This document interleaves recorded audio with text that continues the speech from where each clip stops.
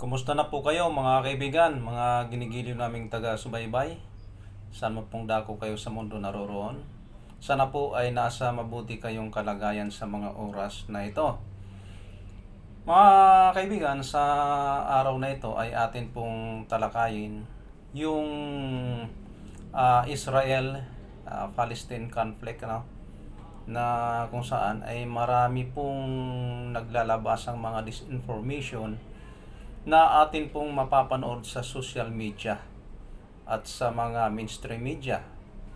Lalo na po yung isang interview sa SMNI patungkol po sa laban ng Israel at ng Hamas, Palestine, na ayon sa isang propesora na kanilang ini-interview ay wala umanong utang na loob ang Israel sa Palestine. Nagulat ako doon. Alamin natin kung sino nga ba talaga ang tunay na walang utang na loob, sapagkat ang binabanggit lang ng naturang profesor ng UP, hindi natin tinatawaran yung katalinuhan ng babaeng ito, na isang profesor ng UP, sapagkat hindi niya mararating yung kanyang posisyon kung siya po ay hindi isang taong matalino. Ngunit, subalit, hindi po niya alam ang history ng Israel at ng Palestine. Sa haba-haba ng kwento, mga kaibigan, ng history ng Palestine, ang binabanggit lamang niya ay noong 1947 na kinupkup umano ng Palestine ang Israel, kaya walang utang na loob. At sa kabila ng pagkupkup umano ng Palestine sa Israel, ay nagawa pa itong kalabanin ang Palestine. Ngayon, umpisa natin kung paano nga ba napunta sa Israel ang Kanaan, sapagkat sa panahon po ng mga propeta, sa panahon po ni Abraham, ang Palestine po ay lupain ng mga Kananiyo o taga-Kanaan. Sa Henesis 12, si Abraham ay tinawag ng Diyos. Si Abraham po kasi ay nagmula sa Turkey, sa Haran. At tinawag siya ng Diyos at pinapapunta siya sa lupain ng mga Kananiyo o Kanaan, na hindi niya alam kung saan ang mga lupain ito. At kasama niya si Lot na kanyang pamangkin, at na naglaon sa kanilang paglalakbay ay naghiwalay din sila, sapagkat nag-aaway-away po yung kanyang mga tauhan ni Abraham at ni Lot dahil sa pag-aalaga ng mga hayop na kanilang dala-dala. So nagkahiwalay yung dalawa, yung magtiyuhin, at nagkanya-kanya na silang history sa Biblia. Alam naman po ninyo ang history ni Lot sa Sodoma at Gomora. Ngayon, noon pong si Isaac na anak ni Abraham ay nanganak din kay Esau at Jacob, yung dumating po ang pagkakataon na ibininta ng kanyang mga anak yung isa niyang anak na si Jose sa Ehipto. At nagkaroon din naman po ng pangalan si Jose doon sa Ehipto, sapagkat nahulaan niya yung darating na tagtuyot sa buong kalupaan ng Middle East, na 7 years na hindi uulan. So dahil sa nahulaan ni Jose yung mga pangyayaring yun, napaghandaan ng Ehipto yung darating na tagtuyot. Kaya sa buong kalupaan ng Middle East, ang Ehipto lamang po ang may pagkain. Kaya yung mga anak ni Jacob, mga kapatid ni Jose, ay nagpunta sa bansang Ehipto para bumili po ng mga pagkain. Kaya to make long story short, nag-migrate po yung lahi ni Jacob sa sa bansang Ehipto, at doon na nga po sila naging alipin sapagkat sa salit-saling lahi po nakalimutan na ng bansang Ehipto yung kadakilaang nagawa ni Jose. Hanggang sa pagdating ni Moises, inahon sila ng ating Panginoong Diyos sa pagkaalipin.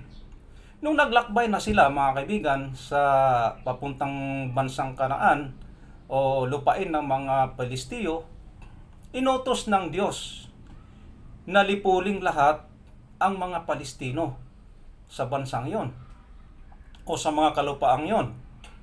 Subalit, si Moises, alam naman nating hindi nakarating doon sa lupang pangako ng ating Panginoong Diyos sapagkat siya po ay nagkasala. Ay sinabi ng Diyos sa kanya na magsalita ka sa batong ito at lalabas ang tubig. Si Moises hindi sinunod yun sapagkat sa inis niya sa bayang Israel na puro na lang reklamo ang inabot niya sa kanyang mga kasamang naglalakbay. Kaya sa sobrang galit ni Moises, sa halip na magsalita dun sa bato, ay kanya itong pinalo. Subalit, doon siya nagkasala. Kaya sinabi ng Diyos sa kanya, hindi ka makakarating sa lupang aking ipinapangako. Subalit, ito'y matatanaw mo. Kaya nung namatay na nga po si Moises, mga kaibigan, ang pumalit naman sa kanya ay si Josue. Sa kanilang paglalakbay, si Josue ay masasabi nating weak leader. Bakit?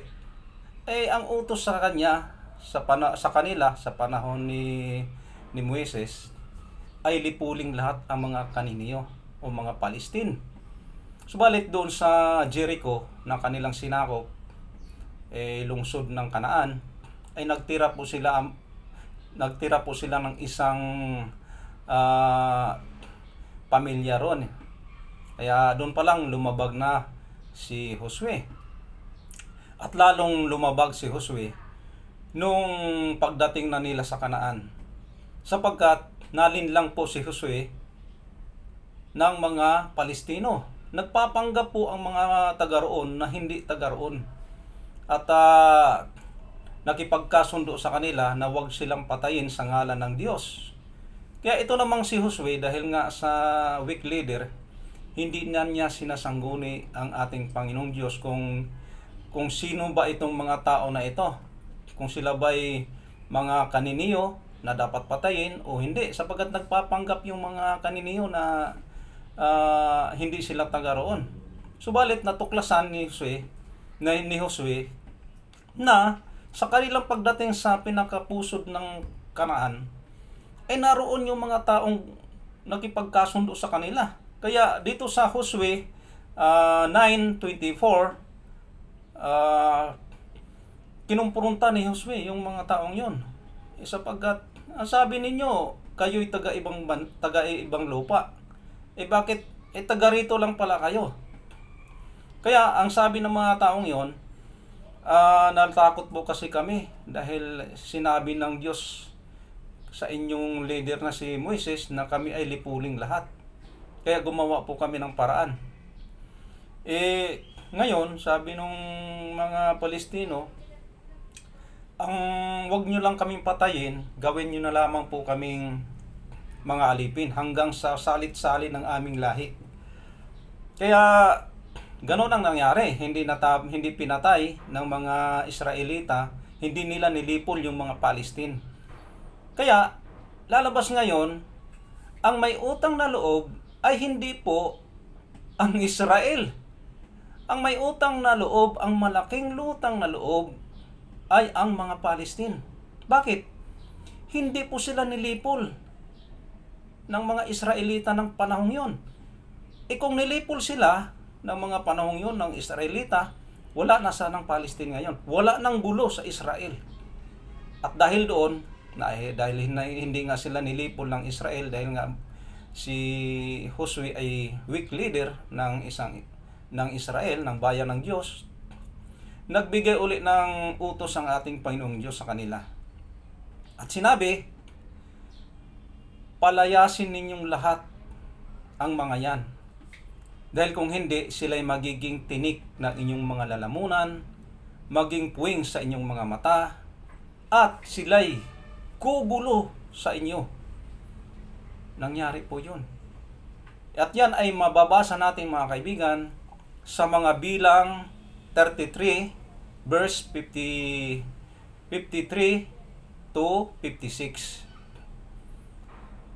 Yung utos na yun mga kaibigan, dahil nga si Josue ay weak leader, hindi na naman sinunod. Hindi na naman nila pinalayas yung mga Palestino sa Kanaan, mga kaibigan. At binigyan pa nila ng sariling lugar, kasama na yung dala nila mula sa Jericho. Kaya ngayon, nangyari na sa kanila yung babala ng Diyos na magiging tinik sa kanilang lalamunan ang mga Palestino. Magiging parang puwing sa kanilang mga mata ang mga Palestinong yan. Kaya mga kaibigan, doon po sa mga disinformation na ating naririnig, nababasa, napapanood sa social media, kasama na yung interview ng isang propesora sa UP, na ang mga Israelita umano ay walang utang na loob. Hindi po totoo yun. Ang mga Palestino po ang mga walang utang na loob sa Israel. Dahil sa binuhay sila ng Israel hanggang sa ngayon. Dahil ang Israel nagbigay sa kanila ng tubig, ilaw, patrabaho, dahil wala naman po silang ikinabubuhay mga kaibigan kundi ang Israel ang nagbigay sa kanila. At sa kabila ng binigay na kawarang trabaho sa mga pangangailangan ng mga Palestino, iganon pa ang ginawa nila sa Israel. Gusto pa nilang patayin ang Israel ang bumubuhay sa kanila ng mahabang panahon.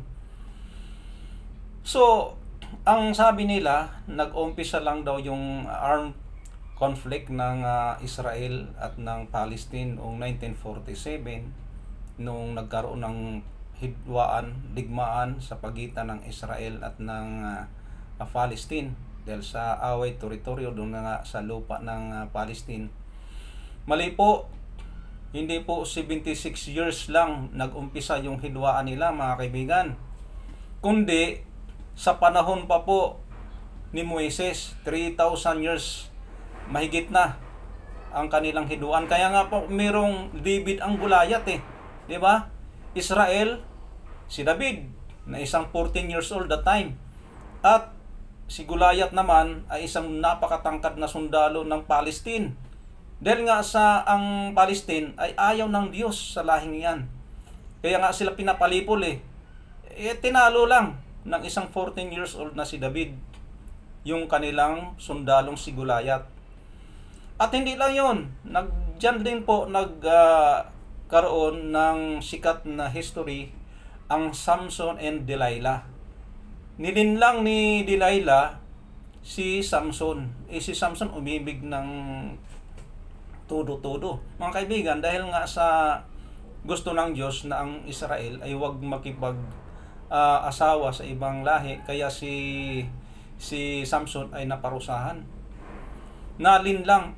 Ang Palestino sanay manlinlang mga kaibigan. Pasubali na po sa mga sa mga Palestinian diyan.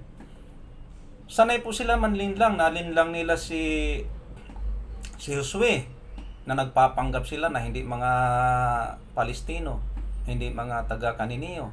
Nalinlang naman nila si Samson dahil gusto nila na malaman kung ano po ang sikreto ni Samson kung bakit siya malakas.